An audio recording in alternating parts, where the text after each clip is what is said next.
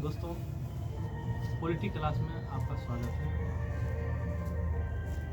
कल जो है आपको इससे पहले जो है हम लोग पढ़े थे, संवैधानिक निकाय में पढ़ रहे थे। उसमें वित्त आयोग के बारे में पढ़े थे, निर्वाचन आयोग के बारे में पढ़े थे, संघ लोक सेवा आयोग के बारे में पढ़े थे और राज्य लोक सेवा आयोग के बारे में पढ़े थे। आज उससे आगे बढ़ाएंगे राज्य अनुसूचित जाति आयोग NCSC। उससे आगे क्लास आगे बढ़ने से पहले थोड़ा एक शब्द बोलना चाहेंगे, इजाज़त हो आप लोग को तो बोलिए। हाँ जरूर सर। बोले जी। कहना ये है, जिंदगी बहुत हसीन है, जिंदगी बहुत हसीन है, कभी हंसाती है तो कभी रुलाती है, लेकिन जो जिंदगी की भीड़ में खुश रहता है, जिंदगी उसी के आगे सिर झुकाती है। बिना संघर्ष कोई महान नहीं होता दोस्तों, बिना संघर्ष कोई महान नहीं होता, बिना कुछ किए जय जयकार नहीं होता। जब तक नहीं पड़ती हथौड़े की चोट, तब तक कोई पत्थर भगवान नहीं होता। कैसा लगा? बहुत अच्छा। तो आगे हम बढ़ाते हैं क्लास को, पॉलिटी क्लास को आगे बढ़ाते हैं। राष्ट्रीय अनुसूचित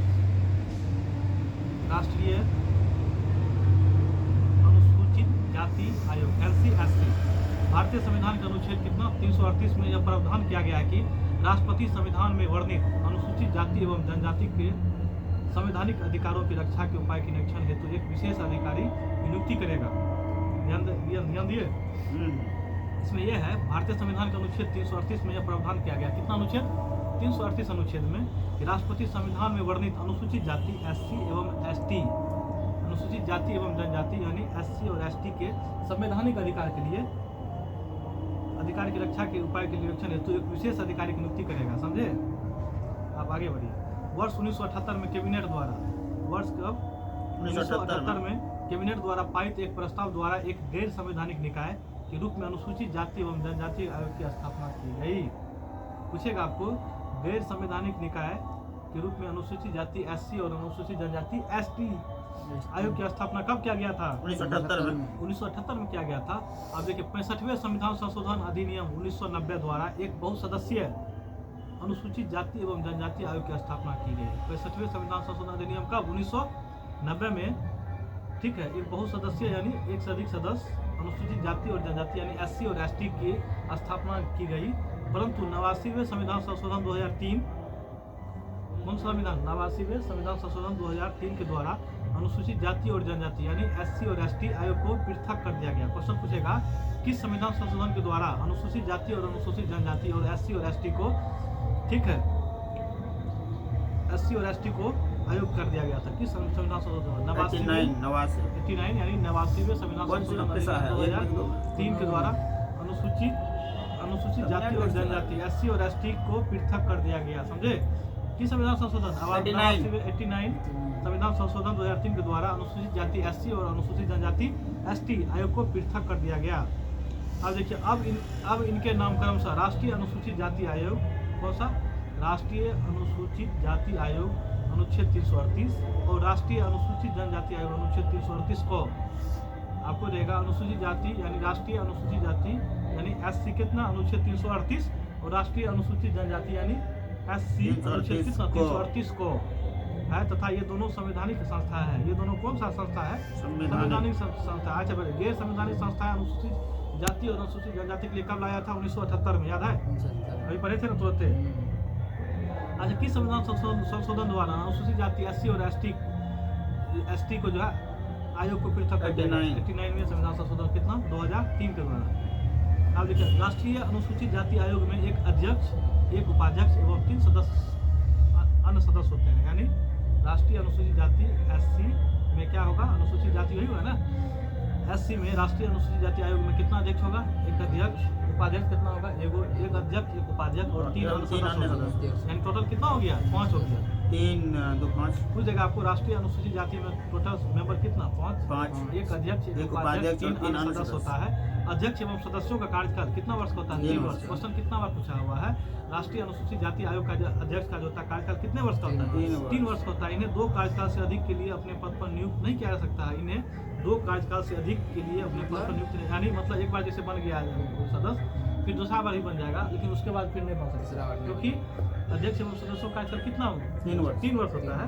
मान लीजिए एक टर्म पूरा कर ये दिया किसका हो गया? अनुसूचित जाति का? हाँ एससी के राष्ट्रीय अनुसूचित जनजाति अनुसूचित जाति आयोग का इसका 3 वर्ष 3 वर्ष है आपका अक्सर 5 साल कार्यकाल, माना समझे। जाता अध्यक्ष और सदस्य का भी रहेगा ना 3 वर्ष का कार्यकाल, ठीक है। 3 वर्ष करेंगे और ये 2 कार्यकाल से अधिक के लिए अपने पद पर नियुक्त नहीं किया जा सकता, यानी एक व्यक्ति को 2 बार से अधिक नियुक्त नहीं कर सकता, समझे। सभी सदस्यों की नियुक्ति राष्ट्रपति द्वारा किया जाता है। क्वेश्चन पूछेगा राष्ट्रीय अनुसूचित जाति आयोग के अध्यक्ष और क्या कहते हैं अन्य सदस्य का नियुक्ति कौन करता है? राष्ट्रपति करता है, समझे। कौन नियुक्त करता है? राष्ट्रपति द्वारा किया जाता है। लेकिन इसका जानते हैं टर्म पूछ देता है कितना, इसका जो है ना सबसे अधिक पूछता है इसका कितने वर्ष के लिए होता है इसका अध्यक्ष और सदस्य? 3 वर्ष के लिए। 3 वर्ष के लिए होता है। कितना बार क्वेश्चन पूछा हुआ है। राष्ट्रीय अनुसूचित जाति आयोग का अध्यक्ष अनुसूचित जाति का ही होना चाहिए। देखिए जब भी आपको राष्ट्रीय अनुसूचित जाति का जो है यानी अध्यक्ष और उपाध्यक्ष बनेगा। एससी का जब भी क्या कहते हैं आप अध्यक्ष बनेगा SC अनुसूचित जाति का ही जाति चाहिए, समझे, जो प्रसिद्ध राजनीतिक एवं सामाजिक कार्यकर्ता हो। राष्ट्रीय अनुसूचित जाति आयोग का अध्यक्ष जो होगा अनुसूचित जाति का ही होना चाहिए, जो प्रसिद्ध राजनीतिक एवं सामाजिक कार्यकर्ता रहा हो, समझे, उसी को ही बनाया जाएगा अध्यक्ष, यानी उसी जाति से रिलेटेड होना चाहिए। इधर ध्यान दीजिए। राष्ट्रीय अनुसूचित जनजाति आयोग national commission for scheduled tribes, यानी राष्ट्रीय नेशनल अनुसूचित जनजाति क्या हो गया? राष्ट्रीय एससी आयोग, वही हो गया ना, एसटी हो गया, सॉरी एसटी, बहुत बढ़िया। राष्ट्रीय अनुसूचित जनजाति आयोग पर national commission for scheduled tribes 89वें संविधान संशोधन अधिनियम 2003 के द्वारा राष्ट्रीय अनुसूचित जाति हो गया SC, अनुसूचित जनजाति हो गया ST। बिल्कुल, जनजाति रहेगा तो एसटी और जाति क्या कहते हैं आपको जाति रहेगा तो एससी। SC। अनुसूचित जाति एससी और अनुसूचित जाति आयोग हो गया 338। एसटी इसलिए शेड्यूल्ड ट्राइब्स करते हैं उसको, अच्छा शेड्यूल्ड ट्राइब, समझे।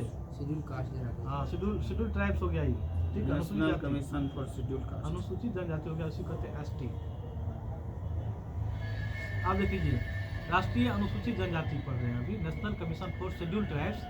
राष्ट्रीय अनुसूचित जनजाति क्या है? 89वें संविधान संशोधन अधिनियम 2003 के द्वारा 89वें संविधान संशोधन अधिनियम 2003 के द्वारा पृथक राष्ट्रीय अनुसूचित जनजाति आयोग के गठन का प्रावधान किया गया है। तो ऊपर में पढ़े थे, आपको पढ़े थे ना, क्या कहते हैं जाति राष्ट्रीय अनुसूचित जाति और जनजाति का अलग किया गया। तो कौन सा?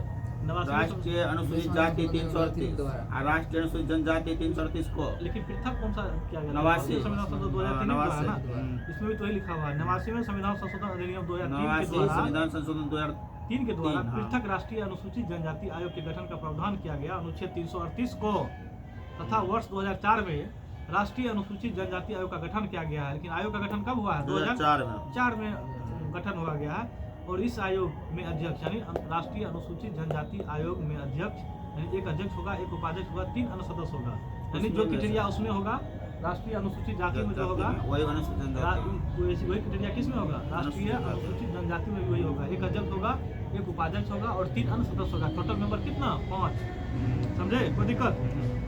आप देखिए आयोग के सदस्यों को राष्ट्रपति के हस्ताक्षर तथा मुहर युक्त आदेश के द्वारा नियुक्त किया जाता है। इसको भी नियुक्त कौन करेगा?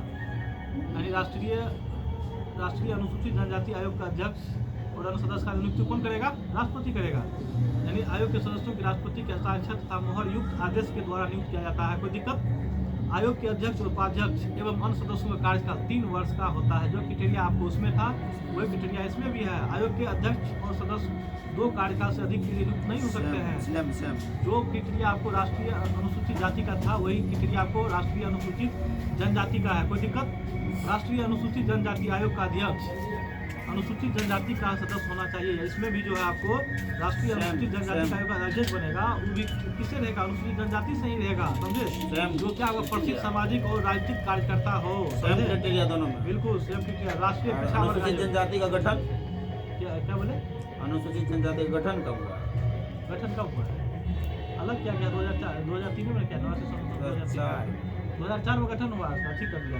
आयोग बनाया था 2004 में, 2000 में तो आयोग बनाया है 2004 में, 2003 में राष्ट्रीय अनुसूचित जनजाति आयोग का गठन 2004 में आयोग का गठन 2003 के संविधान के अकॉर्डिंग इसको अलग किया गया, पृथक किया गया। राष्ट्रीय पिछड़ा वर्ग आयोग national commission for backward caste, समझे। राष्ट्रीय पिछड़ा वर्ग आयोग बीसी जिसको कहते हैं, समझे, ओबीसी जिसको कहते हैं, ओबीसी बीसी एक ही हुआ।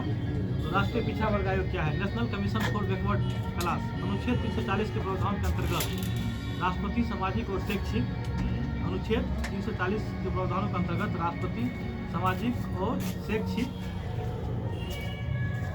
दृष्टि से दृष्टि पिछड़े से वर्गों की की स्थिति की जांच और उनकी समस्याओं को दूर करने की अनुशंसा के लिए एक आयोग का गठन कर सकती सकते है। हैं। इसी शक्ति का प्रयोग करते हुए राष्ट्रीय पिछड़ा वर्ग आयोग अधिनियम 1993 के अंतर्गत 14 अगस्त 1993 को एक राष्ट्रीय पिछड़ा वर्ग आयोग का गठन किया गया है। लेकिन पूछेगा आपको 14 अगस्त राष्ट्रीय पिछड़ा वर्ग आयोग का गठन कब किया गया है? 14 अगस्त 14 अगस्त 1993 किया गया 14 है। अगस्त 1993 को 14 अगस्त 1993 को राष्ट्रीय पिछड़ा वर्ग आयोग का गठन किया गया है। नेशनल कमीशन फॉर शेड्यूल मतलब इसका क्या हो जाएगा? National commission for backward class backward इसी क्लास का नाम है। बैकवर्ड क्लास हाँ, तो क्वेश्चन आपसे ये है, आप बता दीजिए हमको राष्ट्रीय पिछड़ा वर्ग आयोग गठन कब किया गया है? 14 अगस्त 1993 किया गया है। 102वें संविधान संशोधन अधिनियम 2018 के द्वारा संविधान के अनुच्छेद 338 ब यानी 338 बी जोड़कर राष्ट्रीय पिछड़ा वर्ग आयोग को संवैधानिक स्थिति प्रदान की गई है। पूछेगा आपको 102 संविधान संवैधानिक स्थिति जो आपको दर्जा दिया गया है किस संविधान संशोधन के द्वारा? 102वें संविधान संशोधन अधिनियम 2018 के द्वारा संविधान का अनुच्छेद कितना? 338 बी जोड़कर राष्ट्रीय पिछड़ा वर्ग आयोग को संवैधानिक स्थिति प्रदान किया गया है। यह आयोग एक बहुसदस्यीय निकाय है जिसमें एक अध्यक्ष तथा 3 अन्य सदस्य एवं एक सदस्य सचिव स्तर का होता है। समझे? इसमें क्या होता है? राष्ट्रीय क्या पढ़े अभी पूंजी पढ़ रहे थे, राष्ट्रीय पिछड़ा वर्ग आयोग में क्या होता है? एक बहुसदस्यीय निकाय भी है क्योंकि एक से अधिक सदस्य इसमें भी है। इसमें एक अध्यक्ष होगा तथा 3 अन्य सदस्य एवं एक सदस्य सचिव स्तर होता है। यानी इसमें भी 5 हो गया। इसमें उपाध्यक्ष नहीं इसमें होता। उपाध्यक्ष नहीं होता, इसमें क्या सचिव होता है? इसमें सचिव होता है। समझे? इसका भी कार्यकाल 3 साल का ही होता है। बिल्कुल, इसका भी कार्यकाल 3 साल के लिए होता है। और देखिए सदस्य का काम क्या होता है? राष्ट्रीय पिछड़ा वर्ग आयोग में एक अध्यक्ष, राष्ट्रीय पिछड़ा वर्ग आयोग में कितना? एक अध्यक्ष और 4 अन्य सदस्य होता है। यानी वही समिति जो इसमें बन गया, इसलिए इसमें क्या होगा? एक अध्यक्ष और 4 अन्य सदस्य। राष्ट्रीय पिछड़ा वर्ग आयोग में कितना सदस्य? राष्ट्रीय पिछड़ा वर्ग एक आयोग में अध्यक्ष होगा, एक अध्यक्ष और 4 सदस्य, 4 अन्य सदस्य होंगे। 4 सदस्य में सचिव भी आ गया ना। सचिव भी आ गया, इसमें एक 3 अन्य सदस्य यानी वैसे पूछेगा टोटल राष्ट्रीय 4 पिछड़ा वर्ग में टोटल 5 हुआ ना? टोटल 5, एक अध्यक्ष 4 अन्य सदस्य। टोटल 5 सदस्य हो गया। नियंत्रक एवं महालेखा परीक्षक, इसको कहते हैं क्या कहते हैं? समझे? भारतीय संविधान का अनुच्छेद 148, भारतीय संविधान में कितना अनुच्छेद? अनुच्छेद 148 के अंतर्गत भारत में नियंत्रक एवं महालेखा परीक्षक जिसको कहते हैं कैग, इसको क्या कहते हैं? Controller and auditor general of India. CAG का फुल फॉर्म क्या होता है? Controller and auditor general of India, CAG. Bharat के नियंत्रक एवं महालेखा परीक्षक। भारतीय संविधान के अनुच्छेद 148 में भारत के नियंत्रक एवं महालेखा परीक्षक के स्वतंत्र पद की व्यवस्था किया गया। क्वेश्चन पूछेगा आपको अनुच्छेद क्या किया है? 148 में क्या का जो प्रावधान किस अनुच्छेद में किया गया? 148 अनुच्छेद 148 में क्या का प्रावधान किया गया है? भारत के नियंत्रक एवं महालेखा परीक्षक का प्रावधान जो है अनुच्छेद 148 में किया गया है। अनुच्छेद 148। हाँ, क्या की नियुक्ति राष्ट्रपति द्वारा क्या था? क्या का नियुक्ति कौन करता है? राष्ट्रपति करता है तथा वह राष्ट्रपति के समक्ष शपथ ग्रहण करता है। राष्ट्रपति के समक्ष भी क्या करता है? शपथ ग्रहण करता है। समझे? अच्छा, एक चीज बता दीजिए, अभी जो है क्या वर्तमान में भारत के नियंत्रक एवं महालेखा परीक्षक क्या कौन है? याद है कुछ? वर्तमान में हाँ, वर्तमान में यह गिरीश चंद्र मुर्मू है। हाँ वही है। कौन हो जाएगा? गिरीश चंद्र मुर्मू। गिरीश चंद्र मुर्मू। बिल्कुल बिल्कुल। क्या जो है ना वे गिरीश चंद्र मुर्मू। वही अभी भी वही। और सबसे पहले वी नरहरि राव। हाँ, सबसे पहले कौन था? वी नरहरि राव। सबसे पहले वी नरहरि राव। चलिए आगे बढ़ते हैं। अभी जो है वह गिरीश चंद्र मुर्मू। हाँ, कैग की नियुक्ति राष्ट्रपति द्वारा की जाती है और वो राष्ट्रपति के समक्ष शपथ ग्रहण करता है। क्या का कार्यकाल कितना? 6 वर्ष का होता है। क्या का कार्यकाल कितना होता है? 6 और अधिकतम 65। का कार्यकाल 6 वर्ष और अधिकतम 65 वर्ष की आयु होता है। इससे पहले वह किसी भी समय राष्ट्रपति को अपना त्यागपत्र दे सकता है। समझे? यानी छोड़ सकता है। किसके समक्ष? राष्ट्रपति के समक्ष। कैग को अपने पद से उसी प्रकार से हटाया जाता है जिस प्रकार से उच्चतम न्यायालय के न्यायाधीश को हटाया जाता है। यानी उच्चतम न्यायालय के न्यायाधीश को जिस प्रकार से हटाया जाएगा उसी प्रकार से आपको कैग को भी हटाया जाएगा। समझे? अर्थात संसद के दोनों सदनों द्वारा विशेष बहुमत से उसको समझे साबित कदाचार या अयोग्यता पर प्रस्ताव पास कर हटाया जा सकता है। समझे? जिस तरह से आपको सर्वोच्च न्यायालय के न्यायाधीश को आप जो है दोनों सदन में आप जो है लाते हैं, समझे, विशेष बहुमत से पास करते हैं, तब जाकर आप उसको हटा सकते हैं। कोई दिक्कत? क्या का वेतन उच्चतम न्यायालय के न्यायाधीश के बराबर होता है। जितना उच्चतम न्यायालय के न्यायाधीश का वेतन होगा उतना ही आपको क्या का भी कोची होगा। आज एक चीज और, क्या को मिलता है कहाँ से है वेतन? पेंशन व भत्ते जो मिलता है भारत के संचित निधि से भारित होते हैं। भारत के संचित निधि से जो है आपको क्या जो होता है, जो भारत के नियंत्रक एवं महालेखा परीक्षक होते हैं उसको जो वेतन मिलता है कहाँ से? भारत भारत के के संचित संचित निधि से निधि। मिलता है। संचित निधि है क्या? संचित निधि जो है ना, क्या कहते हैं, पैसा जहाँ पर उसका जमा रहता है, जैसे समझे, कोषाध्यक्ष पैसा वहाँ पर केंद्र सरकार के जहाँ होता है, क्या कहते हैं, पैसा जमा वित्त आयोग इस तरह से होता है, पैसा के वहाँ पर जो है, पैसा वहाँ किया जाता है, संचित निधि होता है, समझे। भारत में संचित निधि से होता है वहाँ पर, जैसे बिहार में भी संचित निधि है, समझे। मुझे अभी जो है आपको राज्यपाल को वेतन कौन देता है? संचित निधि। संचित निधि, बिहार का संचित, यहाँ पर भी संचित निधि है। और सब कुछ मिलता है और सबका अलग अलग क्राइटेरिया है, लेकिन इसका एक इम्पोर्टेंट है, उसके बारे में बोलना है, समझे। कैग का जो है वेतन जो है उच्चतम न्यायालय के न्यायाधीश के बराबर होता है। कैग के पेंशन व भत्ते भारत की संचित निधि द्वारा आधारित होते हैं। अवकाश प्राप्ति के पश्चात कैग कोई भी सरकारी पद को धारण नहीं कर सकता है, यानी आप मान लीजिए कि आप रिटायर कर गया है तो कोई भी आप सरकारी संस्था को पद को धारण नहीं कर सकता है। कोई गैर का ध्यान दीजिएगा, अवकाश प्राप्ति के पश्चात कैग कोई भी सरकारी पद धारण नहीं कर सकता है। भारत के नियंत्रक एवं महालेखा परीक्षक वी भारत के प्रथम नरहरि राव थे। कौन? भारत के प्रथम नियंत्रक एवं महालेखा नरहरि परीक्षक, राव। यानी भारत के प्रथम क्या कौन थे? वी वी नरहरि राव थे। वी नरहरि तथा राव। वर्तमान में नियंत्रक महालेखा गणेश चंद्र परीक्षक मुर्मू। गिरीश चंद्र मुर्मू थे। गिरीश चंद्र मुर्मू। अभी भारत के वर्तमान नियंत्रक एवं महालेखा परीक्षक क्या गिरीश कौन है? चंद्र गिरीश चंद्र मुर्मू है। गिरीश चंद्र मुर्मू। और देखिए बता देते हैं आपको, गिरीश चंद्र मुर्मू। गिरीश चंद्र मुर्मू तो ये है, लेकिन आपको भारत के प्रथम नियंत्रक एवं महालेखा परीक्षक कौन थे? वी नरहरि। वी नरहरि थे। वी नरहरि राव थे, समझे। भारत के वी प्रथम नरहरि राव। नियंत्रक एवं महालेखा परीक्षक कौन थे? वी नरहरि राव। राव थे। और वर्तमान में भारत के नियंत्रक एवं महालेखा परीक्षक कौन है? गिरीश चंद्र मुर्मू। ठीक क्या है। है? आप देखिए गैर संवैधानिक निकाय, वो तब क्या था? संवैधानिक निकाय था, ठीक है। ये जो है संविधान में इसका वर्णन नहीं है। देखिए नीति आयोग का देख लीजिए, क्या है नीति आयोग।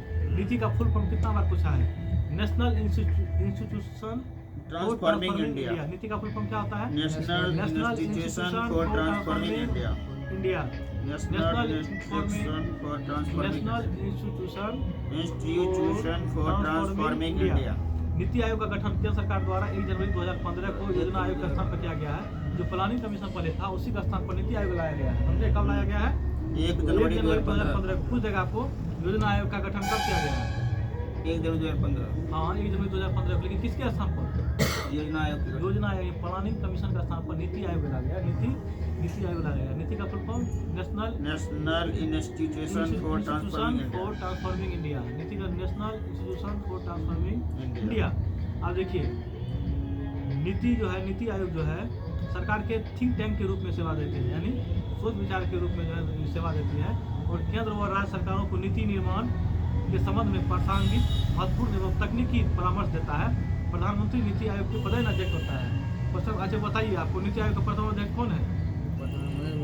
नरेंद्र मोदी थे ना, क्योंकि 2015-2014 से तो नरेंद्र मोदी। तो पूछेगा आपको नीति आयोग के प्रथम अध्यक्ष कौन? नरेंद्र मोदी। नीति आयोग के प्रथम उपाध्यक्ष कौन? प्रोफेसर अरविंद परगड़िया। कितना बार क्वेश्चन पूछा है? नीति आयोग के उपाध्यक्ष कौन थे? अरविंद परगड़िया थे। नीति आयोग के सीईओ सिंधु श्री खुल्लर। नीति आयोग के प्रथम सीईओ कौन थे? सिंधु श्री खुल्लर। नीति आयोग के वर्तमान उपाध्यक्ष कौन है? सुमन बेरी। अच्छा, प्रथम है पनगड़िया और अभी है सुमन बेरी। नीति आयोग के प्रथम उपाध्यक्ष थे अरविंद परगड़िया। नीति आयोग के सुमन बेरी अभी है। सुमन बेरी अभी भी है। नीति आयोग के उपाध्यक्ष भारत सरकार के कैबिनेट मंत्री के समक्ष होता है, यानी नीति आयोग का उपाध्यक्ष जो होता है वो भारत सरकार के कैबिनेट मंत्री के समकक्ष होता है। नीति आयोग सहकारी संघवाद के सिद्धांत पर कार्य करता है, समझे। सहकारी समझते हैं ना?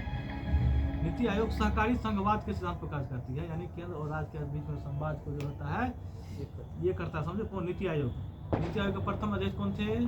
नीति आयोग के प्रथम अध्यक्ष नरेंद्र मोदी। नीति आयोग के प्रथम उपाध्यक्ष पनगड़िया अरविंद परगड़िया।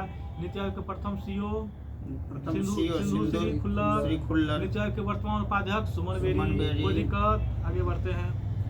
राष्ट्रीय मानवाधिकार आयोग। राष्ट्रीय मानवाधिकार आयोग क्या है? नेशनल ह्यूमन राइट्स कमीशन क्या है? देख लीजिए। मानवाधिकारों की रक्षा हेतु राष्ट्रीय मानवाधिकार आयोग एक सामुदायिक निकाय है, यानी स्टेटरी बॉडी है। राष्ट्रीय मानवाधिकार आयोग कौन सा है? मानवाधिकार आयोग की रक्षा हेतु राष्ट्रीय मानवाधिकार आयोग एक सामुदायिक निकाय है, स्टेटरी बॉडी है। इसका गठन संसद में पारित मानवाधिकार संरक्षण अधिनियम 1993 के अंतर्गत किया गया। पूछ देगा आपको राष्ट्रीय मानवाधिकार आयोग का गठन कब किया गया है? गठन हाँ, मानवाधिकार संरक्षण अधिनियम 1993 के अंतर्गत। 1993 हाँ, 10 दिसंबर 1993 प्रतिवर्ष 10 दिसंबर को अंतर्राष्ट्रीय मानवाधिकार दिवस मनाया जाता है, इसीलिए क्योंकि 10 दिसंबर 1993 को जो है ना, 93 गठन किया मानवाधिकार गया था। दिवस का गठन किया गया। क्वेश्चन कितना बार पूछा है? राष्ट्रीय मानवाधिकार दिवस कब मनाया मानवाधिकार, जाता है? 10 अक्टूबर। राष्ट्रीय मानवाधिकार राष्ट्रीय मानवाधिकार दिवस कब मनाया कब जाता मनाया है? था? 10 अक्टूबर। 10 दिसंबर को। 10 दिसंबर प्रतिवर्ष 10 राष्ट्रीय दिसंबर को, प्रतिवर्ष कब 10 दिसंबर को अंतर्राष्ट्रीय मानवाधिकार दिवस, इंटरनेशनल ह्यूमन राइट्स डे मनाया जाता है। कब? 10 दिसंबर। 10 दिसंबर को अंतर्राष्ट्रीय मानवाधिकार दिवस मनाया जाता है। कब? 10 दिसंबर को। यह एक बहुसदस्यीय संस्था है। कौन?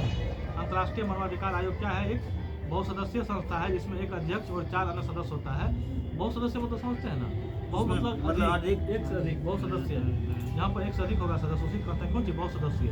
यानी राष्ट्रीय मानवाधिकार आयोग भी कौन सी है? बहुसदस्यीय संस्था है जिसमें एक अध्यक्ष और 4 अन्य सदस्य होता है। यानी कुल कितना? 5 हो गया। राष्ट्रीय मानवाधिकार आयोग में एक कौन सी होता है? अध्यक्ष होता है और 4 अन्य सदस्य होते हैं तथा विभिन्न आयोग के 4 पदेन सदस्य भी शामिल होते हैं।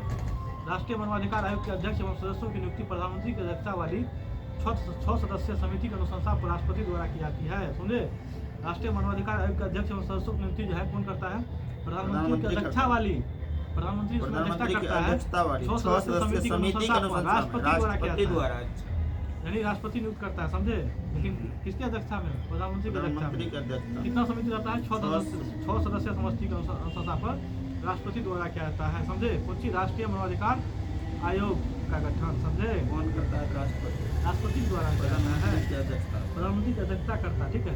अब देखिए 6 सदस्यीय समिति कौन कौन होता है? प्रधानमंत्री एक तो होता है खुद प्रधानमंत्री, ठीक है, और दूसरा हो गया केंद्रीय गृह मंत्री, और तीसरा हो गया लोकसभा अध्यक्ष, चौथा हो गया लोकसभा में विपक्ष का नेता। अभी कौन है लोकसभा में विपक्ष का नेता? राहुल गांधी। राहुल गांधी।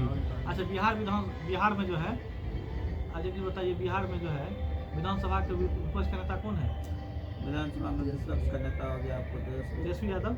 तो बता दीजिए विधान परिषद में विपक्ष का नेता कौन है? बिहार के विधान परिषद में विपक्ष का नेता कौन विधान है? परिषद में राबड़ी देवी है। राबड़ी देवी। ध्यान रखिए, विधान परिषद में राबड़ी देवी। विपक्ष का नेता भी राबड़ी देवी है। ध्यान रखिएगा। बिहार विधान परिषद में विपक्ष का नेता कौन है? राबड़ी देवी। राबड़ी देवी है। ध्यान रखिएगा, कोई दिक्कत? अच्छा बता दीजिए राज्यसभा में विपक्ष का नेता अभी कौन है? राज्यसभा में विपक्ष का नेता मल्लिकार्जुन खड़गे, अर्जुन खड़गे है। ध्यान दीजिएगा, यहाँ पे 6 सदस्य कौन कौन है? ध्यान दीजिएगा। हेलो, 6 सदस्य चयन समिति देख लीजिए कौन कौन है। प्रधानमंत्री एक खुद हो गया राष्ट्रीय मानवाधिकार आयोग में, केंद्रीय गृह मंत्री, तीसरा हो गया लोकसभा अध्यक्ष, चौथा हो गया लोकसभा में विपक्ष का नेता, और पांचवा हो गया राज्यसभा में उपसभापति। राज्यसभा में उपसभापति कौन होता है? उपसभापति कौन होता है? राज्यसभा का उपसभापति कौन होता है? वही पूछ रहे हैं आपको। राष्ट्रपति, हैं? उपराष्ट्रपति। उपराष्ट्रपति। राज्यसभा का उपराष्ट्रपति सही बोला है। वाइस उसी कहते हैं ना, वाइस चांसलर। राज्यसभा का उपसभापति क्योंकि क्या कहते हैं? राष्ट्रपति होता है। उपराष्ट्रपति क्या होता है? राज्यसभा का प्रधान सभापति होता है। पढ़े है ना? राज्यसभा के उपसभापति राष्ट्रपति। और राज्यसभा में विपक्ष का नेता। राज्यसभा में भी कौन सी? मल्लिकार्जुन खड़गे। हाँ, विपक्ष का नेता हो गया। लोकसभा में विपक्ष का नेता 2 हो गया। प्रधानमंत्री हो गया, तीसरा हो गया, ध्यान दीजिएगा, पहला प्रधानमंत्री, दूसरा कैबिनेट मंत्री, तीसरा लोकसभा अध्यक्ष। लोकसभा अध्यक्ष रहेगा तो लोकसभा में विपक्ष का नेता भी रहेगा। राज्यसभा के राज्यसभा का उपराष्ट्रपति होगा, उपसभापति हो गया, विपक्ष का नेता भी और रहेगा। राज्यसभा में विपक्ष का नेता हो गया। कोई दिक्कत? आयोग के अध्यक्ष और सदस्यों का कार्यकाल अधिकतम 3 वर्ष या 70 वर्ष की आयु तक होता है। यानी राष्ट्रीय मानवाधिकार आयोग में अध्यक्ष और सदस्यों का कार्यकाल कितना? अधिकतम 3 वर्ष। इसमें भी कितना वर्ष? 3 वर्ष का होता है, या 70 वर्ष की आयु तक होता है। समझे? आयोग की दीवानी न्यायालय की सभी शक्तियां प्राप्त होती है। आयोग को दीवानी न्यायालय की सभी शक्तियां प्राप्त। दीवानी न्यायालय समझते हैं ना? पैसा से जो होता है।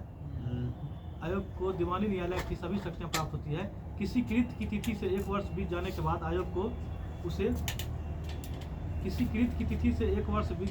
आयोग को उस मामले में किसी भी प्रकार की जांच का अधिकार नहीं है। इसका मुख्यालय दिल्ली में स्थित है। राष्ट्रीय मानवाधिकार आयोग का मुख्यालय कहाँ है? दिल्ली में। हाँ, देखिए, राज्य मानवाधिकार आयोग केंद्र में हो गया था, तो यहाँ भी होगा ना।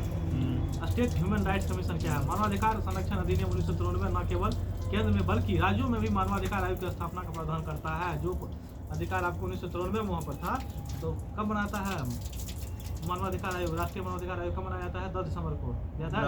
10 दिसंबर 1993। हाँ, मानवाधिकार संरक्षण अभी पढ़ रहे हैं कौन? राज्य मानवाधिकार आयोग पढ़ रहे हैं, स्टेट ह्यूमन राइट्स कमीशन पढ़ रहे हैं। मानवाधिकार संरक्षण अधिनियम 1993 न केवल केंद्र में बल्कि राज्यों में भी मानव अधिकार आयोग की स्थापना का प्रावधान करता है। राज्य मानवाधिकार आयोग एक बहुसदस्यीय निकाय है जिसमें एक अध्यक्ष तथा 2 अन्य सदस्य होती है। इसमें कितना, एक अध्यक्ष और 2 अन्य सदस्य।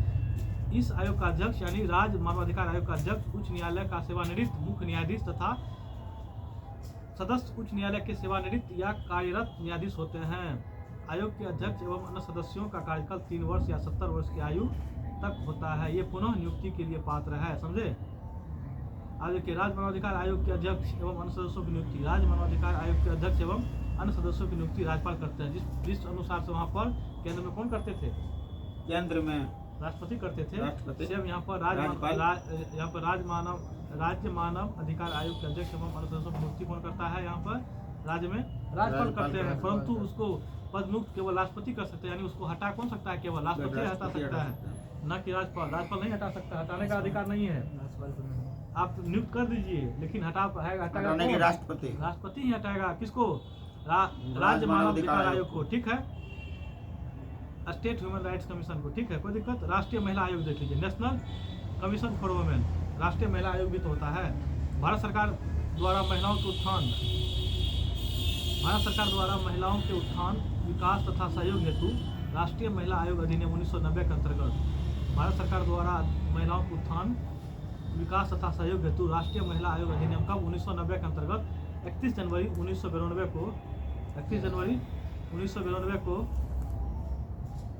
राष्ट्रीय महिला आयोग की स्थापना किया गया है। राष्ट्रीय महिला आयोग की स्थापना कब किया गया है, 31 जनवरी 1992 किया गया था राष्ट्रीय महिला आयोग की स्थापना। यह एक संवैधानिक निकाय यानी स्टैट्यूटरी बॉडी है, समझे। राष्ट्रीय महिला आयोग में एक अध्यक्ष, एक सचिव तथा 5 अन्य सदस्य होता है। राष्ट्रीय महिला आयोग में कितना अध्यक्ष, एक अध्यक्ष, एक सचिव तथा 5 अन्य सदस्य, टोटल कितना हो गया, 7 हो गया सदस्य। राष्ट्रीय महिला आयोग में एक सदस्य अनुसूचित जाति एवं एक सदस्य अनुसूचित जनजाति का होना चाहिए, यानी राष्ट्रीय महिला आयोग जब भी बनेगा उसमें एक SC और एक ST का सदस्य होना जरूरी है, समझे। राष्ट्रीय महिला आयोग में एक सदस्य होगा अनुसूचित जाति का यानी SC का, और एक सदस्य कुछ होगा अनुसूचित जनजाति का, ST ले लीजिए ना, यानी आप जान लीजिए टोटल 7 सदस्य में एक अध्यक्ष होता है, एक सचिव तथा 5 अन्य सदस्य में उसमें क्या होना चाहिए, एक SC का होना चाहिए और ST का भी होना चाहिए, समझे। राष्ट्रीय महिला आयोग में एक सदस्य अनुसूचित जाति का और एक अन्य सदस्य अनुसूचित जनजाति का होना चाहिए। सभी सदस्यों का कार्यकाल 3 वर्ष का होता है, जो क्राइटेरिया आपको वहाँ पर था, क्राइटेरिया इसमें भी है, 3 वर्ष का होता है। परंतु वे किसी भी समय केंद्र सरकार को त्यागपत्र देकर पद मुक्त हो सकते हैं। इसके अतिरिक्त केंद्र सरकार विशेष परिस्थितियों में इनके कार्यकाल से पहले भी इन्हें हटा सकती है। केंद्रीय अन्वेषण ब्यूरो, जिसको कहते हैं क्या, CBI का फुल फॉर्म क्या होता है, central bureau of investigation. CBI का फुल फॉर्म क्या होता है, सेंट्रल ब्यूरो ऑफ इन्वेस्टिगेशन। केंद्रीय अन्वेषण ब्यूरो जो क्वेश्चन पूछता है, CBI का जो है गठन किस समिति के अनुसार किया गया था, कितना बार क्वेश्चन पूछा है, संथानम समिति के अनुसार पर, ध्यान दीजिएगा। CBI का गठन जो किया गया है संथानम समिति के अनुशंसा पर भ्रष्टाचार की रोकथाम के लिए गृह मंत्रालय के प्रस्ताव द्वारा CBI का संथानम समिति की सिफारिश पर जो है ना CBI का गठन किया गया था। इसको कहते हैं CBI, उसी का फुल फॉर्म होता है सेंट्रल ब्यूरो ऑफ इन्वेस्टिगेशन, केंद्रीय अन्वेषण ब्यूरो, इसको कहते हैं CBI। CBI का जो स्थापना किया गया है किस समिति की सिफारिश पर, संथानम समिति की सिफारिश पर किया गया है CBI का गठन, समझे। अब देखिए CBI कोई वैधानिक संस्था नहीं है, CBI कोई वैधानिक, इसको जब मान लीजिए जानिए वैधानिक संस्था नहीं है। इससे जांच संबंधी शक्तियां दिल्ली विशेष पुलिस अधिष्ठान अधिनियम 1946 से प्राप्त होती है। CBI भारत सरकार के कार्मिक लोक शिकायत एवं पेंशन मंत्रालय के अधीन अपने कार्यों का निष्पादन करती है।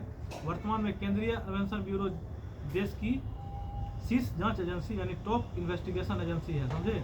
वर्तमान में केंद्रीय अन्वेषण, इसको कहते हैं CBI, सबसे ऊंचा हो गया जांच एजेंसी।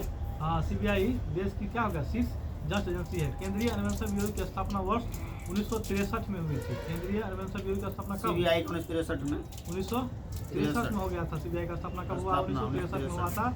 इससे पहले इस संगठन को विशेष पुलिस प्रतिष्ठान बुलाया जाता था, स्पेशल पुलिस इस्टेब्लिशमेंट के नाम से जाना जाता था। आप मान पूछेगा आपको CBI से पहले आपका उसका नाम क्या था, विशेष पुलिस प्रतिष्ठान, स्पेशल पुलिस एस्टेब्लिशमेंट के नाम से जाना जाता था। केंद्रीय सूचना आयोग देख लीजिए, सेंट्रल इंफॉर्मेशन कमीशन, केंद्रीय सूचना आयोग, इसको कहते हैं, जानते हैं इसको क्या कहते हैं, जानते हैं केंद्रीय सूचना आयोग को, केंद्रीय सूचना आयोग, सेंट्रल इंफॉर्मेशन कमीशन, केंद्रीय सूचना आयोग की स्थापना वर्ष 2005 में केंद्र सरकार द्वारा किया गया। केंद्रीय सूचना आयोग की स्थापना कब 2005 में?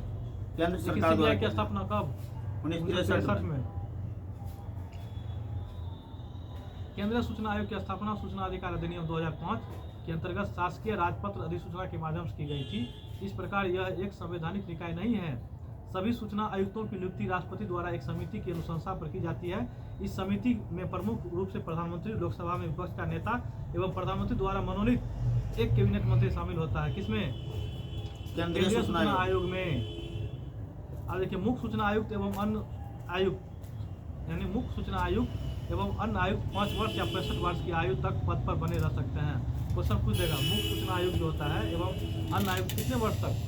5 वर्ष या 65 वर्ष की आयु तक पद पर बने रह सकते हैं। उन्हें पुनः नियुक्त नहीं किया जा सकता है।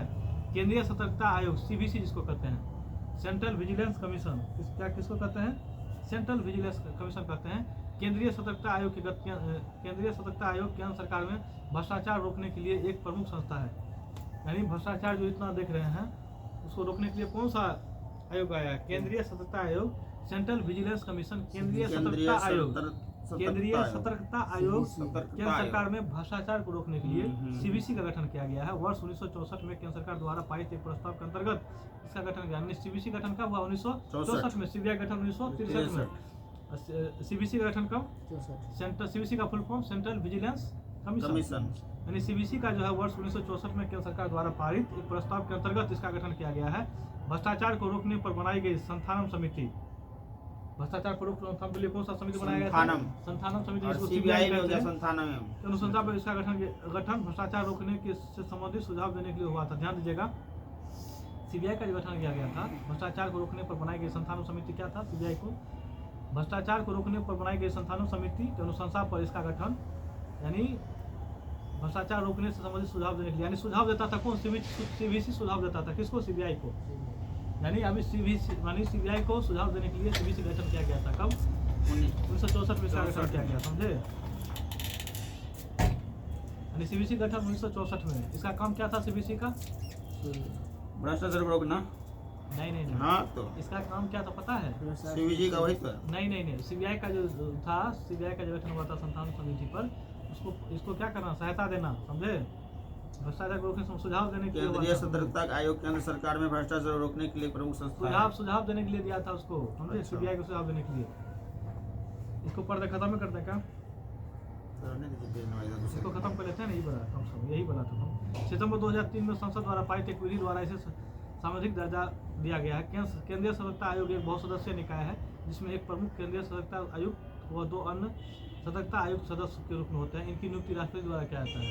यानी केंद्रीय सतर्कता आयोग का नियुक्ति कौन करता है? राष्ट्रपति द्वारा, तथा एक 3 सदस्यीय समिति की अनुशंसा पर होती है।